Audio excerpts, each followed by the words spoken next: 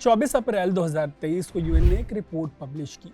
Department of economic and social affairs की इस report में एक अनाउंसमेंट थी। अनाउंसमेंट ये थी कि सबसे ज़्यादा आबादी के मामले में भारत ने चीन को पीछे छोड़ दिया है।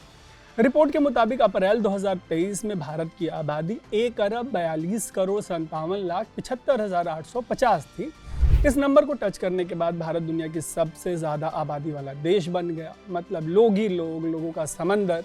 और कई अनऑफिशियल एस्टिमेट्स के मुताबिक भारत की आबादी 150 करोड़ पार जा चुकी है। यही नहीं, इसके अभी और बढ़ने की पॉसिबिलिटी है और इतनी बड़ी आबादी को दो चश्मों से देखा जाता है। जब ऐसी आबादी को लेकर डिबेट होती है तो एक तरफ तो इसे वरदान माना जाता है, वहीं दूसरी तरफ अनएम्प्लॉयमेंट से लेकर पोल्यूशन जैसे हर प्रॉब्लम के लिए आबादी पर ठीकरा फोड़ दिया जाता है। कहा जाता है कि सारी प्रॉब्लम इसलिए है क्योंकि लोग बहुत ज़्यादा हैं, लेकिन फिर भी कई तबकों से ये डिमांड उठ रही है कि ज़्यादा से ज़्यादा बच्चे पैदा करो। ऐसा ही एक बयान दिया है आरएसएस के प्रमुख मोहन भागवत ने। त्याच्यातही असं सांगतात की 2.1च्या खाली नको। 2.1 म्हणजे 0.1 तर माणूस जन्मत नाही ना, 2 पेक्षा जास्ती पाहिजे, 3 पाहिजे। मोहन भागवत अकेले नहीं हैं। इसके पहले साउथ के तेलंगाना और आंध्रा जैसे जो राज्य हैं, इन राज्यों ने कम से कम 2 बच्चे पैदा करने की वकालत की है। इस लिस्ट में एक बड़ा नाम है दुनिया के सबसे अमीर आदमी अमेरिका के एलन मस्क का। अपनी 3 शादियों से मस्क को 12 बच्चे हुए और मस्क भी लगातार ज़्यादा बच्चे करने पर जोर देते आए हैं। ऐसे में इस स्टोरी में बात करेंगे कि आखिर क्यों मोहन भागवत से लेकर एलन मस्क तक ये जो जोर है उनका ज़्यादा बच्चे पैदा करने पर, वो क्यों है। भारत की आबादी अभी बढ़ रही है। यूएन के मुताबिक 2060 तक इस बढ़ती आबादी पर कोई ब्रेक नहीं लगने वाला, जबकि 2022 में पहली बार चीन की बढ़ती आबादी पर ब्रेक लग गया। यही नहीं, इस सदी के अंत तक चीन की आबादी के लगातार गिरने की पॉसिबिलिटी है कि इस सदी के अंत तक चीन की आबादी 1 बिलियन से नीचे चली है। वहीं भारत को लेकर आंकड़े थोड़े गड़बड़ हैं और इसकी वजह है सेंसस। दरअसल भारत में हर 10 साल में सेंसस यानी जनगणना होती है। जो पिछला सेंसस था इंडिया का, वो 2011 में हुआ, अगला 2021 में होना था, बट कोरोना महामारी की वजह से ये लटक गया और अभी तक लटका हुआ है। हालांकि इस बीच सेंसस की जगह एक और रिपोर्ट आई जिसने सबके कान खड़े कर दिए। इस रिपोर्ट का नाम है नेशनल फैमिली हेल्थ सर्वे 5। इस सर्वे के डेटा के मुताबिक भारत बूढ़ा होना शुरू हो चुका है। दरअसल इस सर्वे में रिप्लेसमेंट लेवल की बात थी। रिप्लेसमेंट लेवल का मतलब ये है कि एक महिला कितने बच्चों को जन्म देती है।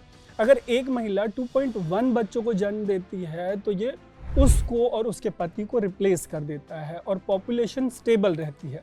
जबकि 2.1 से अगर नीचे या ऊपर का रिप्लेसमेंट लेवल होता है तो पॉपुलेशन अनस्टेबल हो जाती है। यहाँ 2 टर्म है, आपको क्लैरिटी होनी चाहिए। एक फर्टिलिटी रेट, दूसरा रिप्लेसमेंट रेट। फर्टिलिटी रेट का मतलब होता है वो रेट जो बताता है कि एक महिला ऑन एन एवरेज कितने बच्चों को रिप्लेसमेंट रेट के हिसाब से जन्म दे रही। खैर, ये जो नेशनल फैमिली हेल्थ सर्वे 5 है, इसमें भारत के लिए चिंताजनक चीज़ें हैं। इसमें यह निकल कर सामने आया कि जो रिप्लेसमेंट रेट है वो 2.1 के बजाय 2 हो गया है।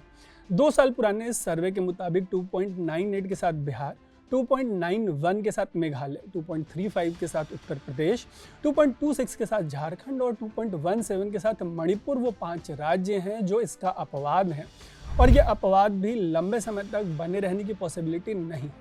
दरअसल नेशनल फैमिली हेल्थ सर्वे हर 5 साल पर होता है। ऐसे में ये जो 5 राज्य हैं जो अभी 2 से ऊपर हैं, ये भी 2 के नीचे जा सकते हैं।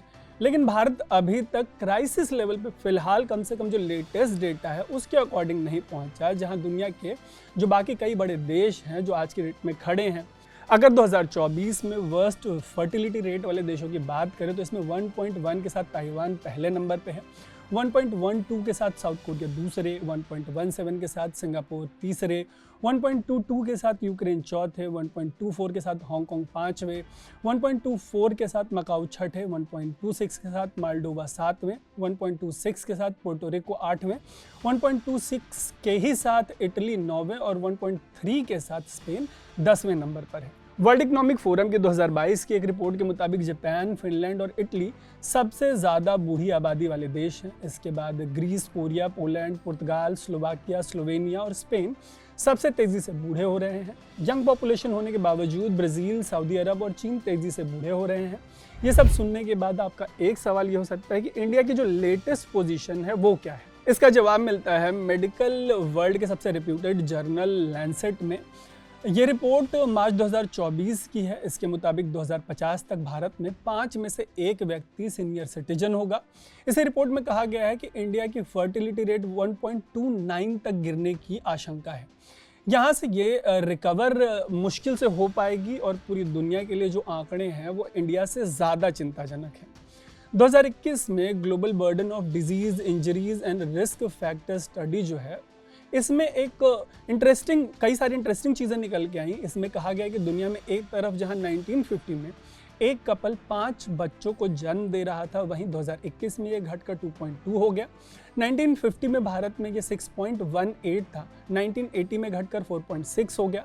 2022 वाले सर्वे में ये कहाँ पहुँचा वो आंकड़ा हम आपको इस स्टोरी की शुरुआत में दे चुके हैं।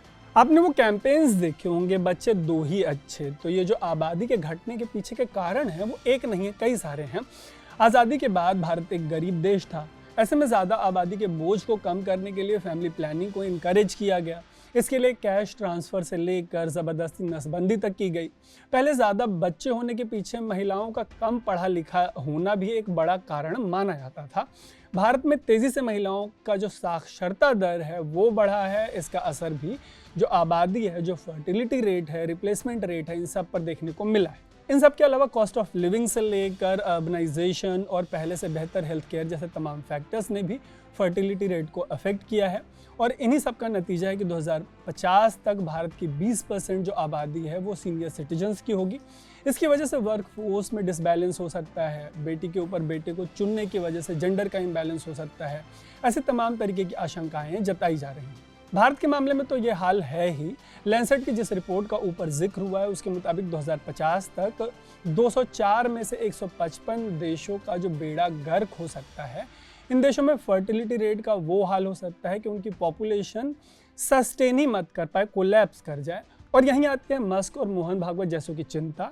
एलन मस्क के अमेरिका का हाल भारत से बुरा है। 2024 में अमेरिका की फर्टिलिटी रेट 1.7 है, जो कि 2.1 से काफ़ी नीचे है। इन्हीं वजहों से एलन मस्क ज़्यादा बच्चे पैदा करने की वकालत करते रहे हैं। इन्हीं वजहों से मोहन भागवत से लेकर तेलंगाना के सीएम रेवंत रेड्डी और आंध्रा के सीएम चंद्रबाबू नायडू कम से कम 2 बच्चों की वकालत कर रहे हैं। मोहन भागवत ने तो 3 बच्चों की वकालत की है। साउथ के राज्यों की चिंता भारत में होने वाले डिलिमिटेशन से भी जुड़ी हुई है। डिलिमिटेशन में संसद की सीटें बढ़ाई जाएंगी और जिसकी जितनी आबादी होगी उसे उतनी ज़्यादा सीटें मिलेंगी। यही सब बजट एलोकेशन से लेके फैमिली प्लानिंग तक पर अप्लाई होता है।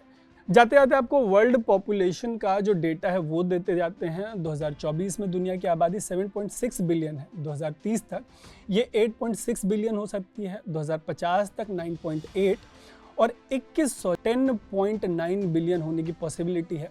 ऐसे में फर्टिलिटी रेट इम्बैलेंस के बावजूद दुनिया में आबादी लगातार बढ़ती चली जाएगी, लेकिन अगर समय रहते ठीक पॉलिसीज़ नहीं बनाई गई, डिज़ाइन नहीं की गई, तो आबादी का इम्बैलेंस जो है वो चीज़ों को बिगाड़ सकता है। और इससे किस तरीके के परिणाम होंगे इस पर अभी स्टडीज़ चल रही हैं, इस पर कई तरीके के प्रेडिक्शंस आए हैं। ऐसे में इस पूरे मामले पर आपकी जो भी राय है वो कमेंट बॉक्स में ज़रूर बताइएगा। ऐसे ही स्टोरीज़ के लिए स्विच को फेसबुक, यूट्यूब और इंस्टाग्राम पे फॉलो और सब्सक्राइब ज़रूर कर लीजिएगा। देखते रहिएगा स्विच। मेरा नाम है तरुण।